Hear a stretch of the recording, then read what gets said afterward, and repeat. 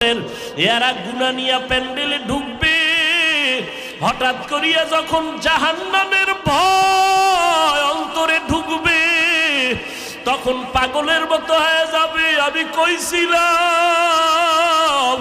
আমার জীবনটাতে এত খারাপ ছিল না, আমি দুনিয়াতে আসছিলাম কত পবিত্র, মা বাবায় কত আদর করেছিল, আমার স্কুলের লেখাপড়ার জীবনটা কত ভালো ছিল, শিক্ষকরা কত আদর করত।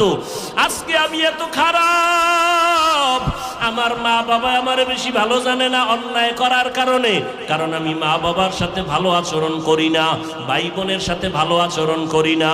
আমি এত খারাপ কেন হয়ে গেলাম? ময়দানে ঈশা লুটাইয়া কাঁদবে আর বলবে, আল্লাহ আমি আজকে গুনাহ নিয়ে বাসায় যাব না। ও আল্লাহ, মরণের বিছানায় গুনাহগার হইয়া শুইতে চাই না রে মালিক। আজকে আমি একা রুমে থাকতে পারি না, ভয় পাই। আর ওই